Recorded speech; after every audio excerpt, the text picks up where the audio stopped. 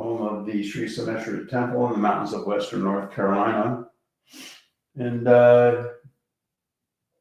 today's subject, well, actually, before we get started, there are a couple little things, just little thoughts that I like to share from time to time.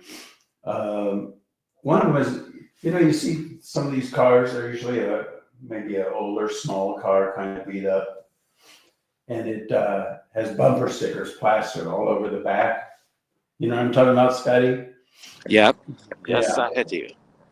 What's that? Yes, I do. Yeah.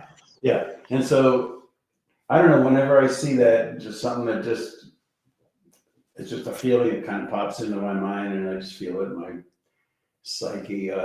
What does that say? What does that say about the person, do you think, Scotty? I mean, this is a generalization, I admit it, but what could that say about the person?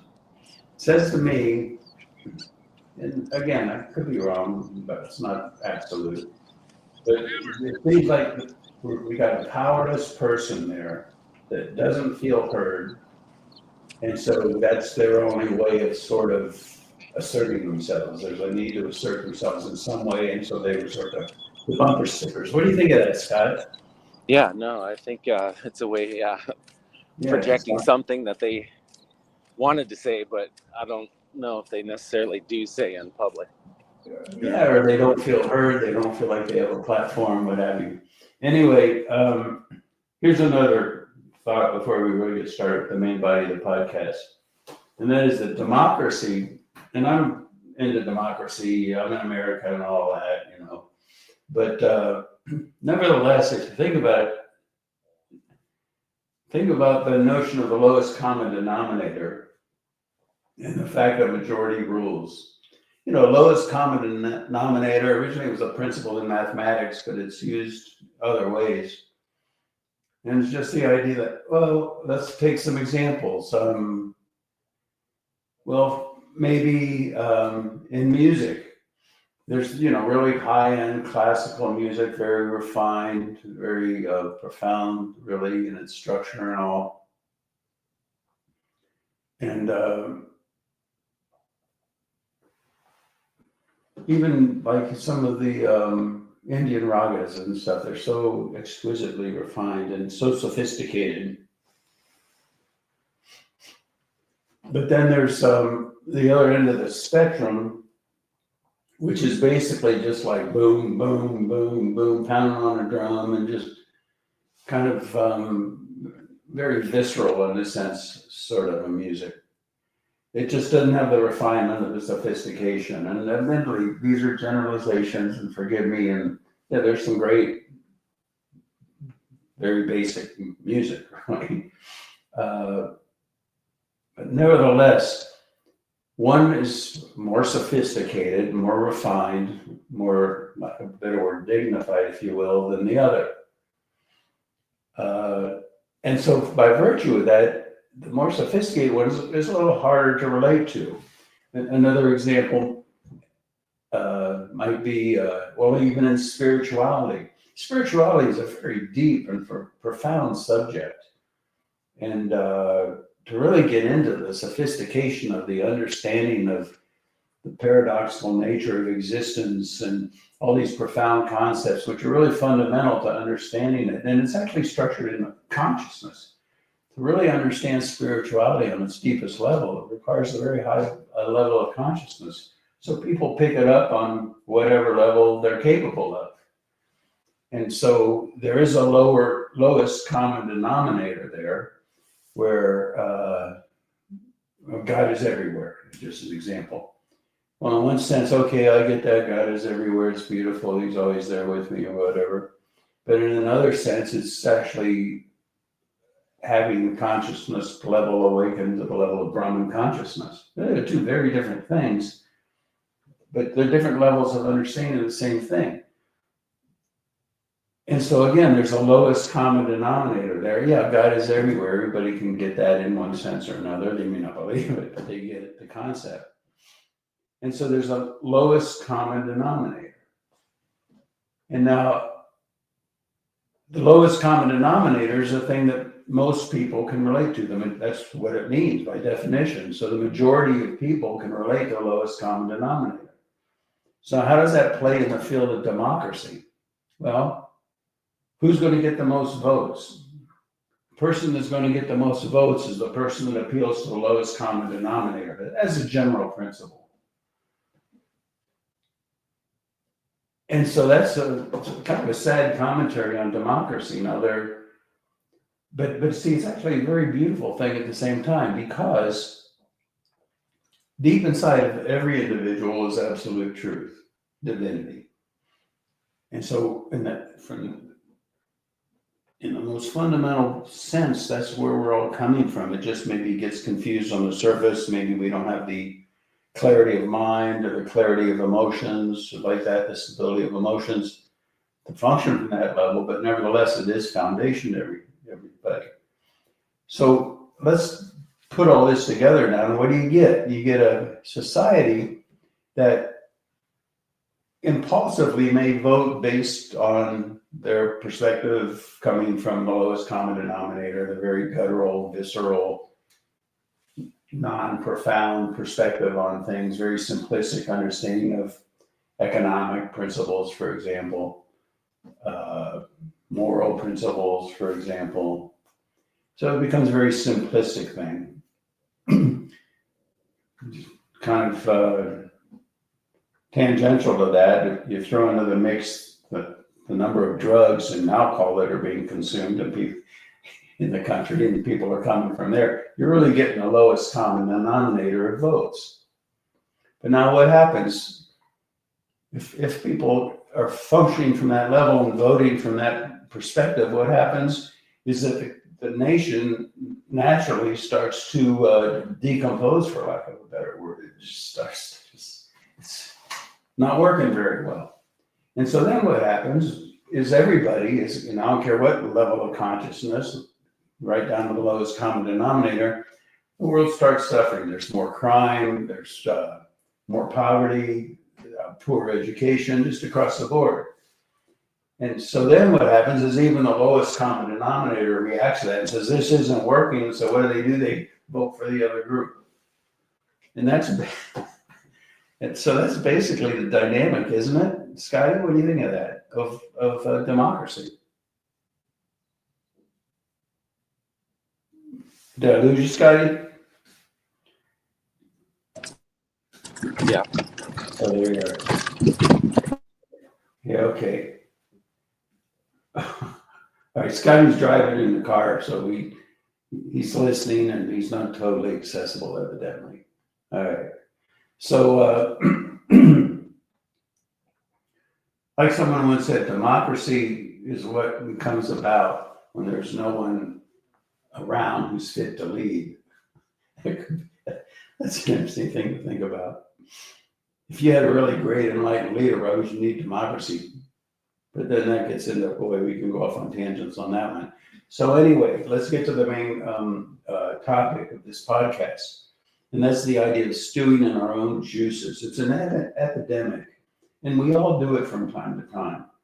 And what that is something hits you wrong, somebody hits you wrong, maybe even what I've said in this podcast so far might hit somebody wrong. And so what happens then is we get into this feedback loop where we start talking about it. It's very common in personal relationships, say with your partner or whatever. And so what happens is you start stewing in those juices and this mindset of, oh, they did this and it wasn't right, or I'm upset with them and this isn't good. And so it just starts building. And that becomes then your perspective on that person. And the more you stew in your own juices, the more adamant you become about your perspective and the validity of it. And that, in a way, that kind of creates your world. But now we can expand on that, and we can also say that stewing your own juices doesn't necessarily mean negative, though normally it's used in that sense, that we get caught up in our own negativity. Negativity is just a result of stress in the physiology, fatigue in the physiology. In a sense, it's the lowest common denominator of physiological state. you know. And so that's where we come from. That's where we view things. It is possible to have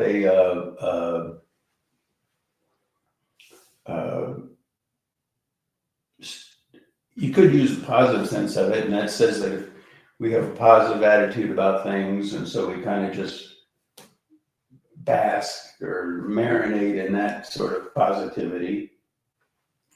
And that's true too. So you could say that's stewing in our own positive juices, but normally, again, that's not the way the phrase is normally used.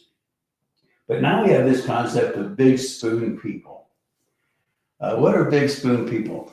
It's really interesting because, you know, we have our friends, we have the people we look up to, we have people we relate to and feel positive about. And so if we're stewing in our own juices about something, we go to these friends and share your feelings, and there's a desire to commune there, there's a desire to understand your perspective, to be with you. And so what happens is they start stirring that pot and they start reinforcing it, especially if their physiology is stressed and tired, and tired physiologies gravitate towards negativity, you know? And so what happens then is that it becomes a collusion, and they're just big spoon people. They got a big spoon in the stew of your own psyche, and they're stirring the pot. And that's it's very, very common. And this thing expands not just to interpersonal relationships between two people, but it expands all the way out in a community, in a society, globally, internationally. And so you can look at different countries and they have attitudes towards other countries, and it's being fed, and the leader of that country might be stirring that pot with a big spoon. And that's the stuff that wars are made out of. So what do we do about it?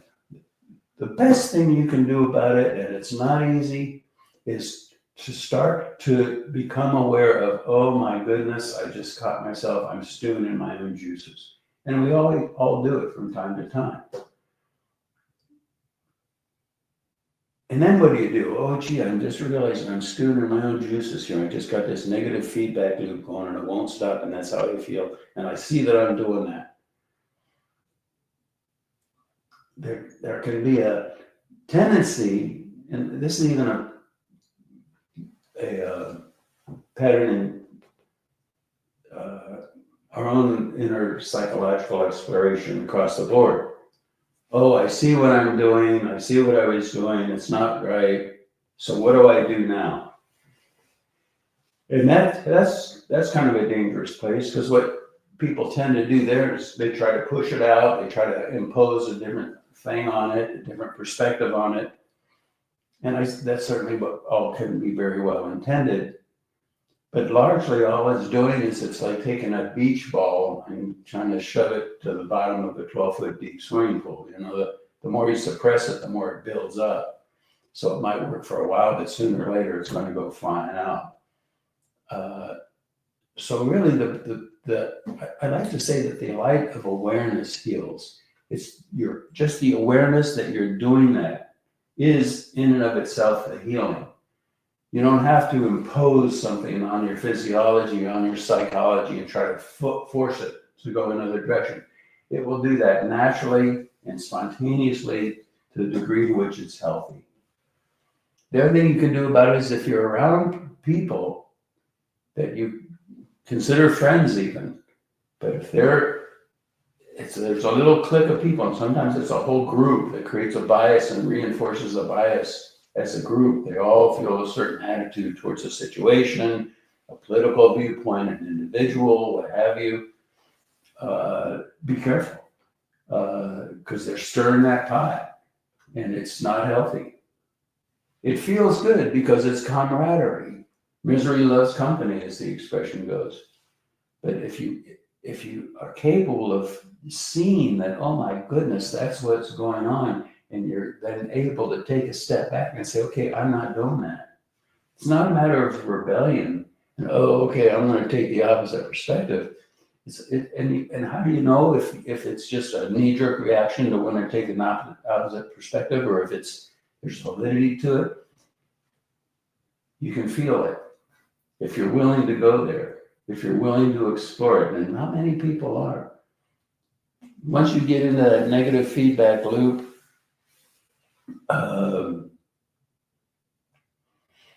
of stewing in your own juices, it becomes your truth. It becomes what you identify with. And so it's not an easy thing to do, but and all you can really do is work with it and explore it, and you get better at it, and you start to realize more and more clearly, this isn't reality. I'm stewing in my own juices. I've got a bias that got created here, and I've got friends or loved ones or whatever that are colluding with it and stirring that pot.